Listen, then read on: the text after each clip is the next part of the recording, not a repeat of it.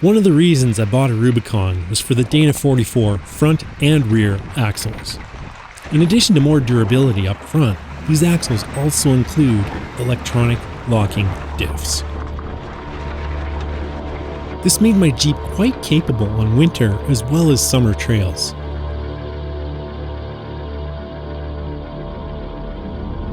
But as time wore on, and my adventures became more ambitious, I began to lose a bit of faith in my factory axles.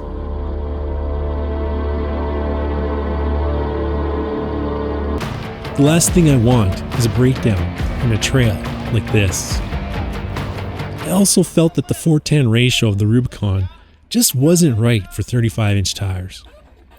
It made technical sections needing precision quite frustrating. Given that I do more soloing than I care to admit, I felt it was also time for an upgrade in reliability. So in March and April, when trails aren't super awesome here in Alberta, I decided to make this upgrade season an absolutely epic one.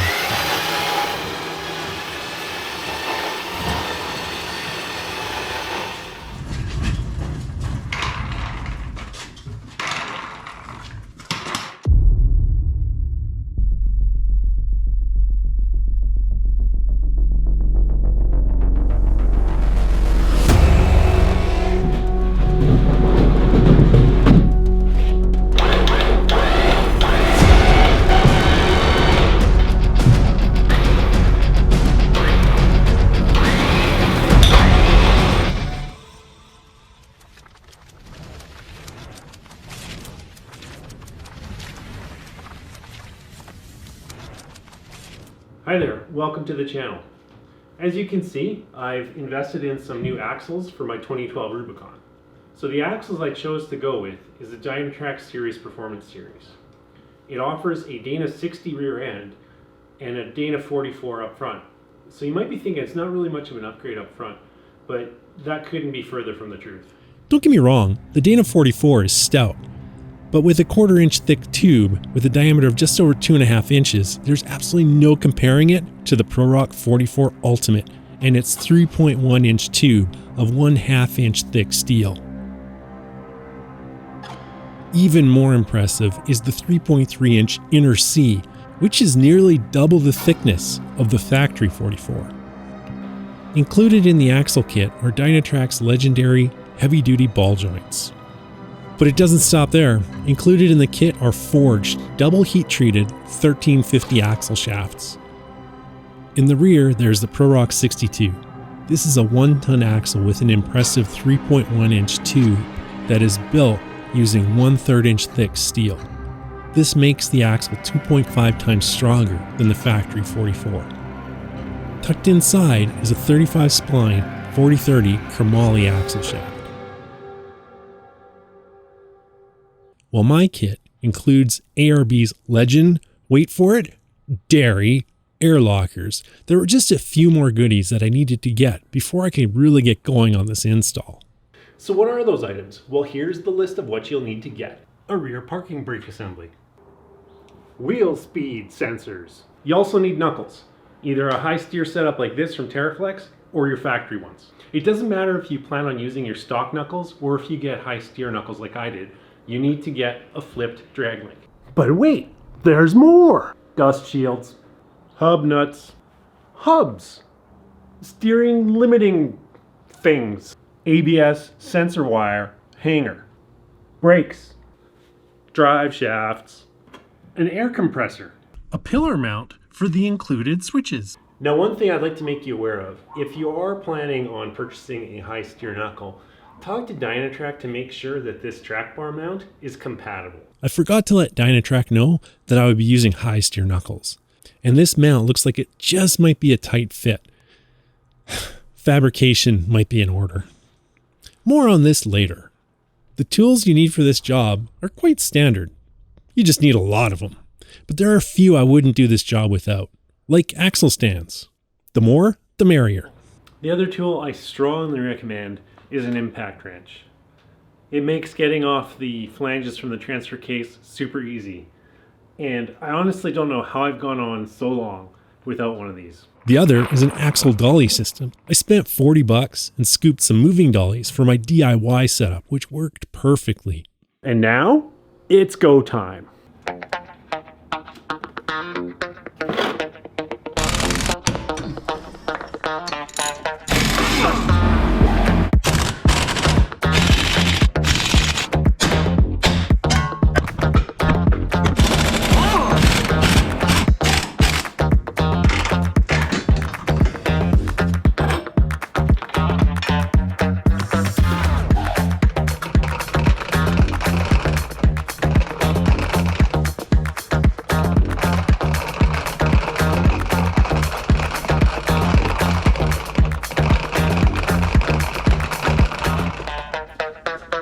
So as you can see, my Dana 44 is now out. The only oopsie I made was I forgot to loosen the control arms off, and so the axle wasn't going to full droop. Be sure that you loosen it off to get it to full maximum droop, otherwise you won't be able to get the spring out. Adversely, when you are reassembling this, like when you put your new axle in, do not torque those to spec when it's drooped. Do it at ride height. This is very important because, as you can see, these guys have a sweet spot where they want to be. You know, and if they're not at that sweet spot, you're going to have a little bit of a struggle. So again, be sure to torque it at ride height. There were just a few accessories I had to pirate from my factory axle, like the sway bar mounts.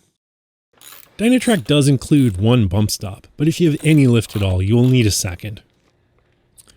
After a quick visit to the hardware store, I scooped a 1/2 by 3 inch socket head cap screw. I did have to open up the Terraflex 1-inch bump stop slightly so that the cap head would be flush. Since I don't want this going anywhere, red thread lock for the win. Time to wheel that ProRock 44 Unlimited into place.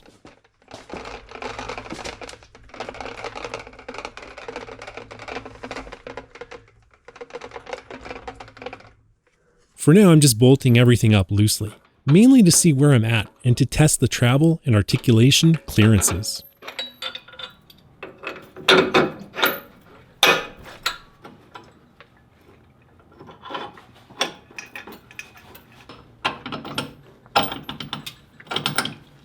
While I'm at it, I am adding a bit of lift to my Jeep, 1 inch to be exact. 4-inch Terraflex springs are being installed in both front and rear. Don't worry about the spring alignment or caster just yet. It will look very goofy when the axle is drooped down this far.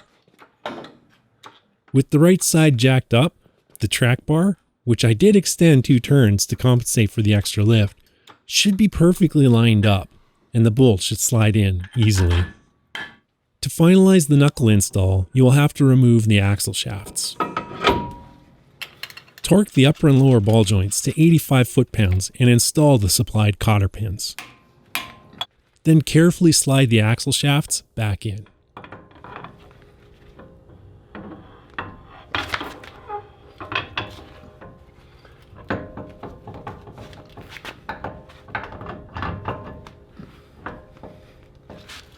So I'm not really sure why, but Dynatrac didn't include this little oil slinger with their axle shafts. I think it's a really good idea to keep the axle tube as clean as possible, and this little guy will help do that.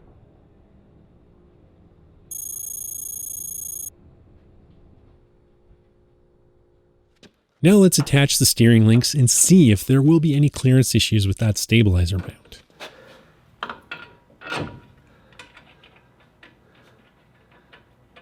With the steering loosely installed, I noticed no clearance issues with the drag link up top, but as feared, the main link was way too close to the stabilizer mounts. Time for just a bit of grinding.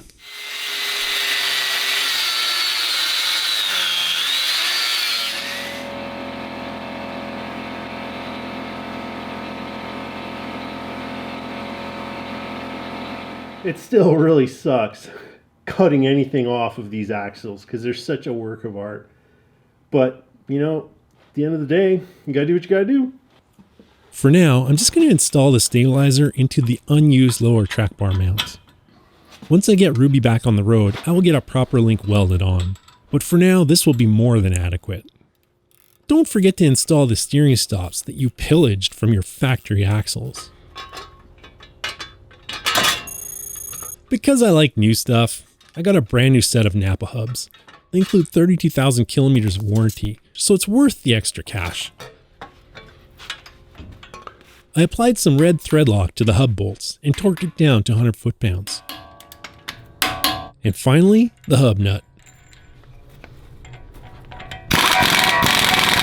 Then the brakes. For now, I'm just reusing my old brakes. It was here that I noticed a big problem.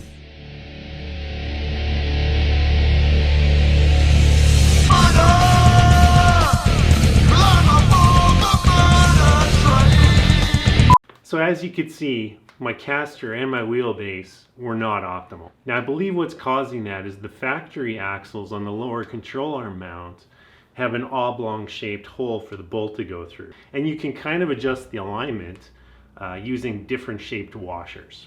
The Dynatrac axles are not like that. Unlike the factory axles, the ProRock axles offer zero adjustability at the lower mount. So when you're budgeting this all out, be sure to leave just a little bit of cash set aside for, at the very minimum, adjustable upper control arms. I wasn't all that impressed by this, but I scooped a set of Alpine adjustable arms. IR for the lower, standard for the upper. At 23¼ inches for the lower and 19¼ inches for the upper, the pinion angle looked perfect, at ride height of course, not drooped out like it is here. Stuff the upper and lower ball joints with your favorite grease. The lower is a low profile nipple, so you will need a new tip for your grease gun. Now let's add some non-synthetic gear oil to the diffs. The fill procedure is pretty basic. Fill them up until oil pukes out the sight. While the axle is drooped out like this, just double check that the airline going into the locker, as well as the breather tube, are nice and loose and aren't binding. Here you can really see why you need a flip drag link. It lines up perfectly with the track bar. This is very important. If these aren't parallel, you will have excessive amounts of bump steer, leading to an unpredictable driving experience. Now let's move to the rear and the ProRock 62. Cue funky teardown music now.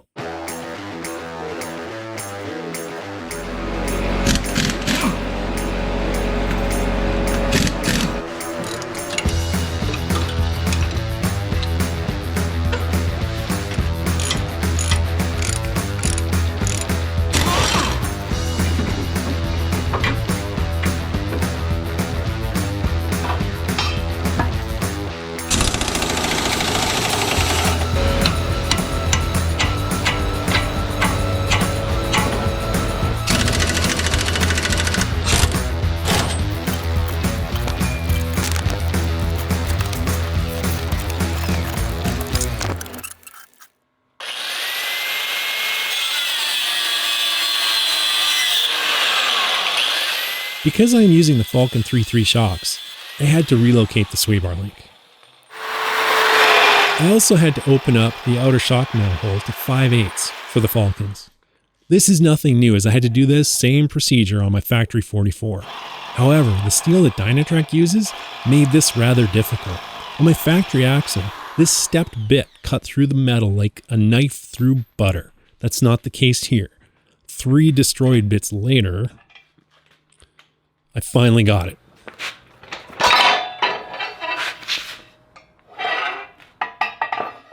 Now it's time to install the park brake assembly. You can reuse your old one, but I like new stuff. #OCD. I pulled out both 35 spline chromoly axle shafts and slid the new brake assembly on and reinstalled the axles. It was a bit of a chore lining up the super thick Dynatrac axle flange and bolts, but eventually I got it. I just hand tightened it for now. I'll torque them to 100 foot-pounds in just a bit. Now it's time to slide this beast into place.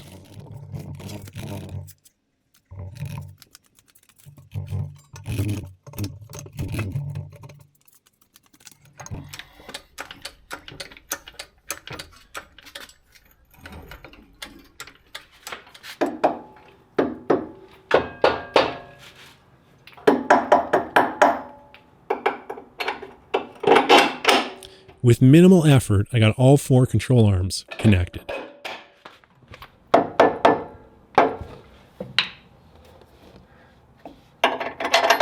Next up are the springs.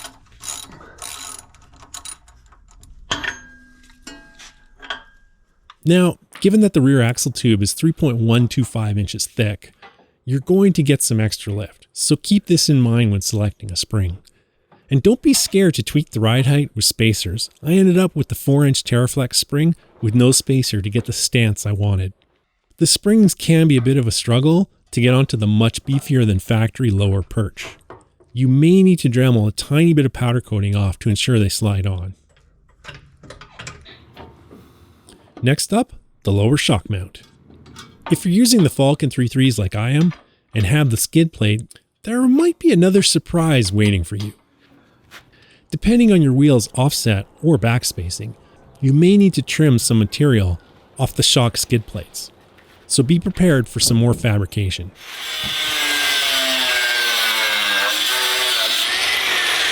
Dynatrac has pushed out the lower shock mounts, effectively widening the stance of the shocks. It's about 1 inch per side. With my 4¼ inch of backspace, I had no choice but to trim the skid plates. Next up, rear track bar. If lifted, use the top hole. But this really does depend on the amount of lift that you have.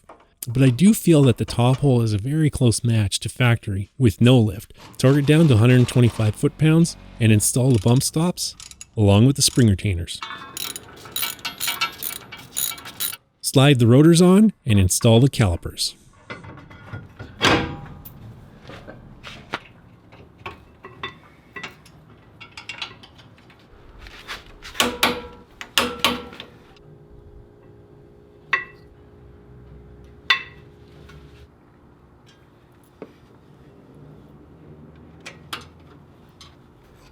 With that, both the front and rear axles are now installed.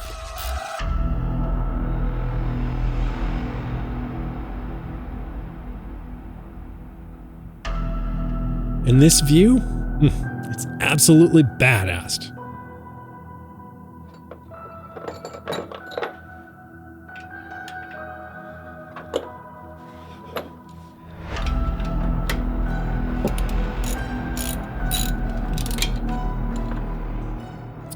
While the fill procedure is pretty close to the front, there is one slight difference. With the PR62, there's 2 spots to fill it. One is through this main fill hole, and here's the site, the fill level site, and then there's a second reservoir, and it's way up here, close to where the pinion's at.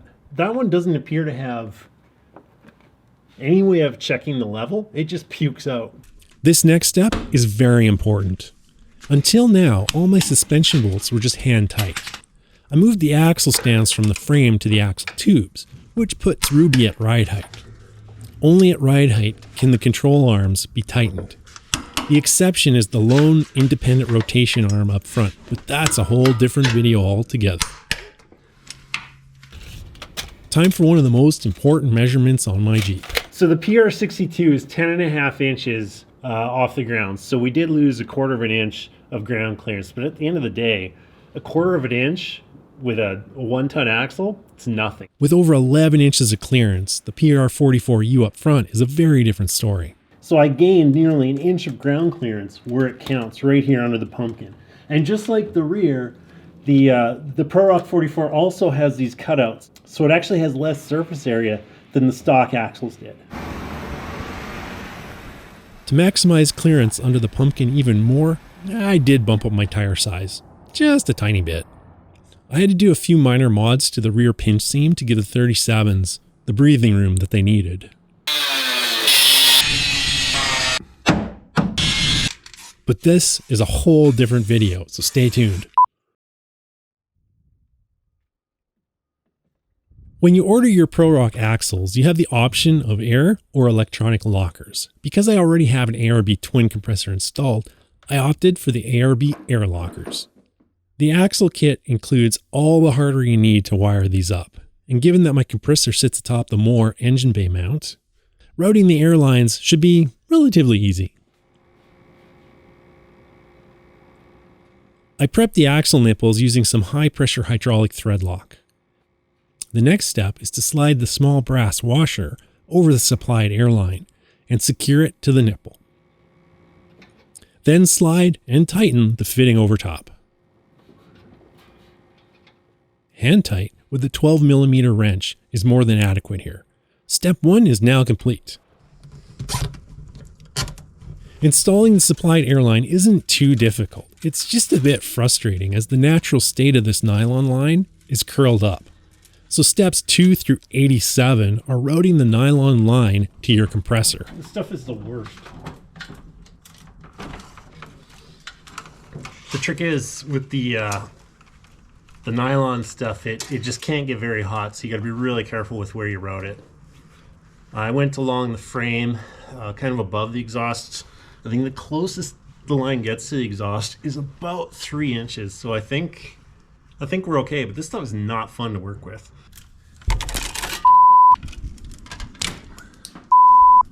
When I installed my ARB twin last year, I ordered it with the small tank, as I knew I would be going to air lockers eventually. It made installing the solenoids a snap. They are tucked neatly at the rear of the compressor assembly. It's time to route the wiring harness into the cab.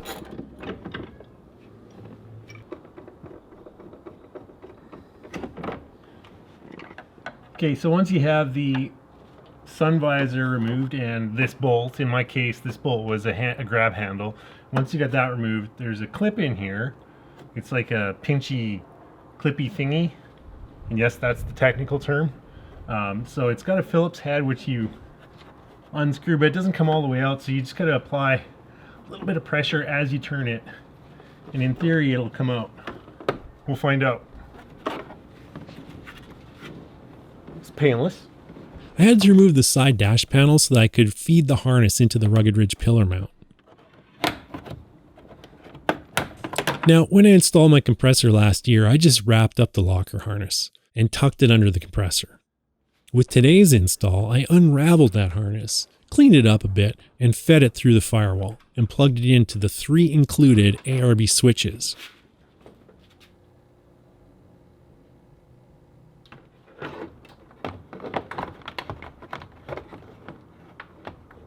I then reinstalled the upper panel, visor, and my holy shit we're gonna die handle. The instructions for the ARB compressor are very good. Just pay close attention to which colors go to which solenoid.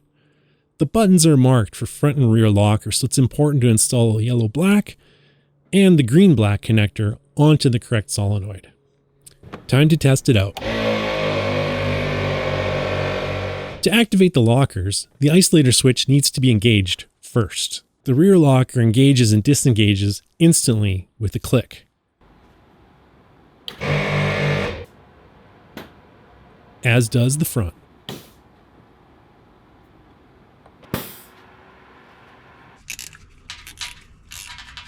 Even though I wrapped my existing e-locker wires in a balloon and tucked them neatly away, I still pulled the M3 fuse.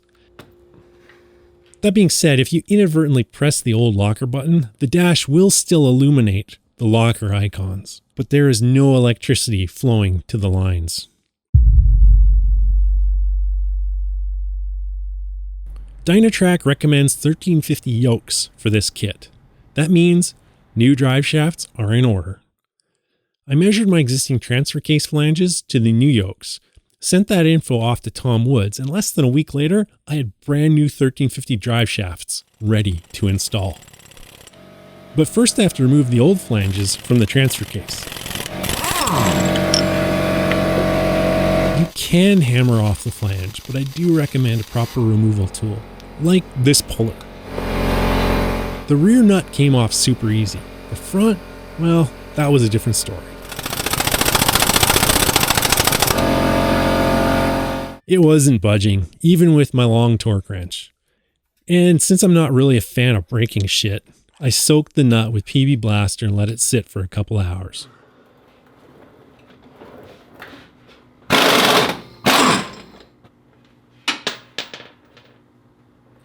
The nut spun off easily, and the yoke slid right off too. Using black RTV, put a thin coat on the splines in your new flanges to prevent leaking. In addition to a rather large glob of red thread lock, I also RTV'd the nut.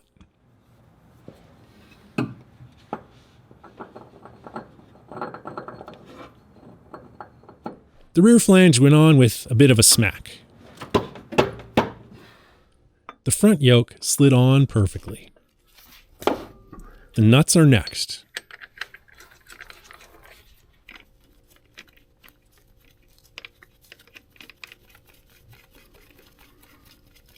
I had my impact set to around 100 foot-pounds. Tighten the nuts the rest of the way to around 130 to 200 foot-pounds with your torque wrench. Given that I have significant shoulder issues, the rear shaft wasn't the most enjoyable thing in the world to lift into place. It's freaking heavy. I hung it loosely by the axle yoke and by the flange. I really couldn't find reliable torque specs for these U-bolts that hold the 1350 U-joint in place. You certainly don't want to over-tighten them, as it will crush the bearings.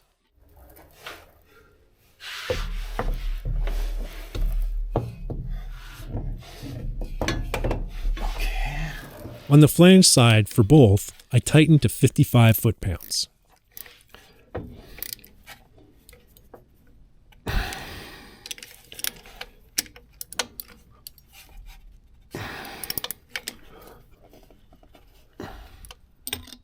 One thing to note, I used ample red thread lock on all these bolts. I also marked them with paint so I can easily monitor them for any movement at all.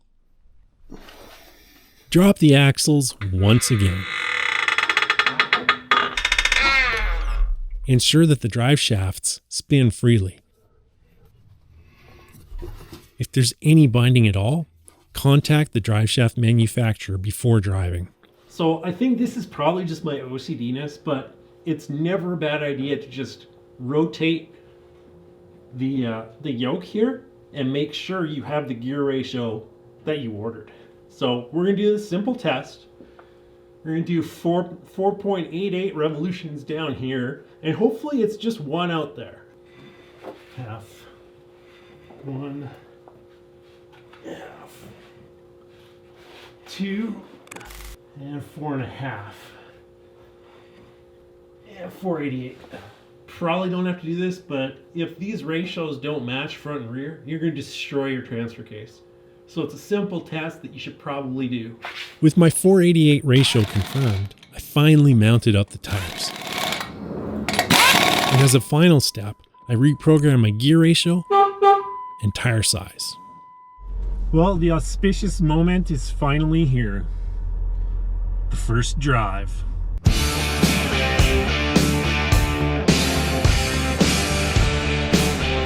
The break-in procedure is pretty simple. For the first 30 kilometers, no hard acceleration. Also, do not let the temperatures climb too high on the diffs. I recommend going on a few short 5-kilometer drives around your neighborhood with cool down time between drives. The other thing worth mentioning during the break-in period is that you may get a bit of oil coming up through the breather tube. So you may want to have it in a spot where it's okay for a little bit of oil to come puking out of there. That wasn't my experience, and I'm pretty much through my break-in. I haven't noticed any oil coming out of the breathers, but I've been told that it can happen. Once you have the first 30 kilometers out of the way, drive your Jeep mildly for 500 kilometers. No towing, no wheeling.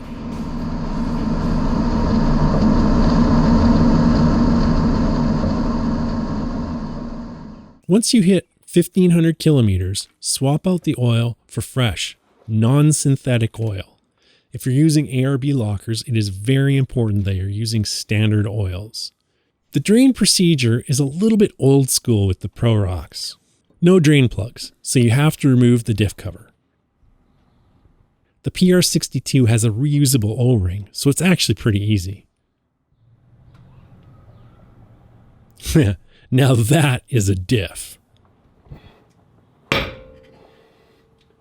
ProRock 44 Unlimited up front was siliconed on, so it wasn't a ton of fun to remove.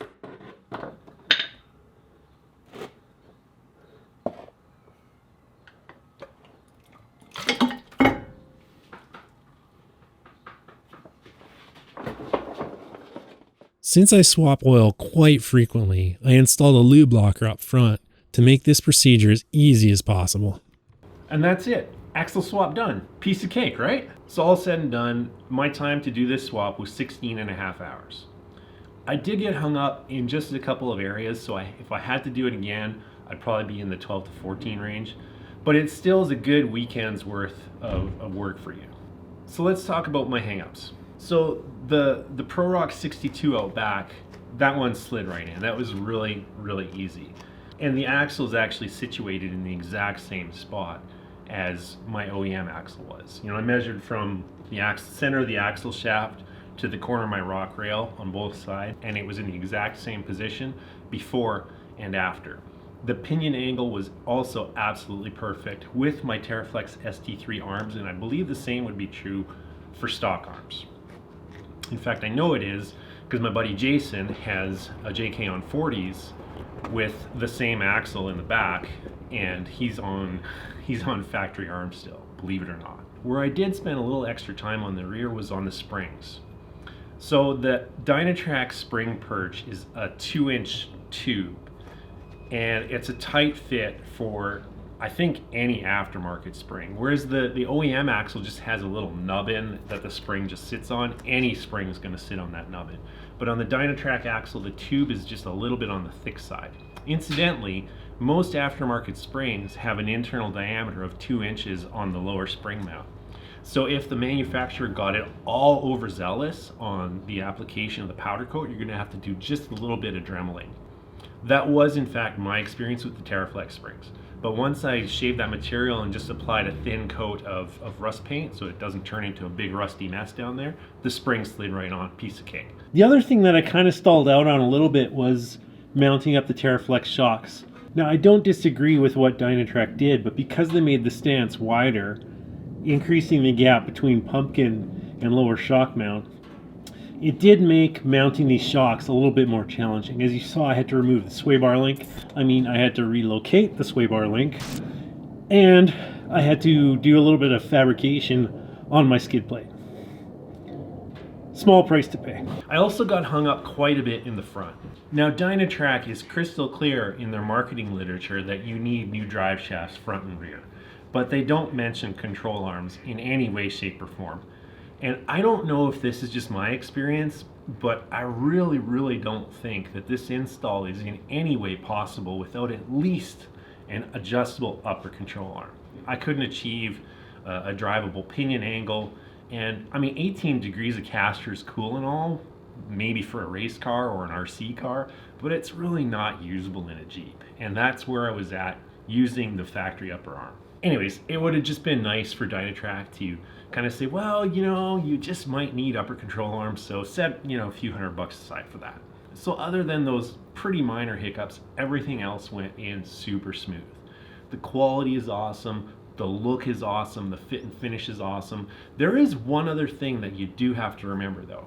When you're picking out your springs for your lift height, keep in mind that these axles, because of the increased diameter of the tube, will be anywhere between 1/4 inch and 1/2 inch higher than OEM axles. So if you want a 4-inch lift and no more, go with a 3.5 inch spring.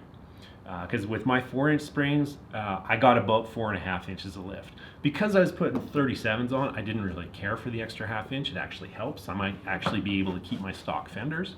But that's just one last little tidbit to keep in mind if you are considering the ProRock Serious Performance Axle Kit. And I also want to give a huge shout out to Northridge Offroad for hooking me up with these amazing, amazing axles. Thank you, thank you, thank you. If any of you are located in Canada and are in fact looking for anything Dynatrac, check out Northridge. They've got the best price, they're an authorized dealer, so they've got the direct line to Dynatrac. They will answer your questions quickly. If they can't, they will reach out to Dynatrac, and unlike you and I, they will actually get a response from Dynatrac. So yeah, huge, huge, huge shout out to Northridge. They're awesome. So anyways, I hope you liked this video. I hope you found it helpful. If you are in fact either doing a Dynatrac axle swap or you're thinking about it, I hope you found this video helpful. If you did, smash that like button, click that like button, just do something with that like button, and don't forget to subscribe. And also, if you have any questions about this install or any comments about this install, just drop me a line. Just send me a comment or two. I'll do my best to respond as quick as I can, unlike Dynatrac. In the meantime, I'm actually heading to Moab, like tomorrow. So, I'm out of here.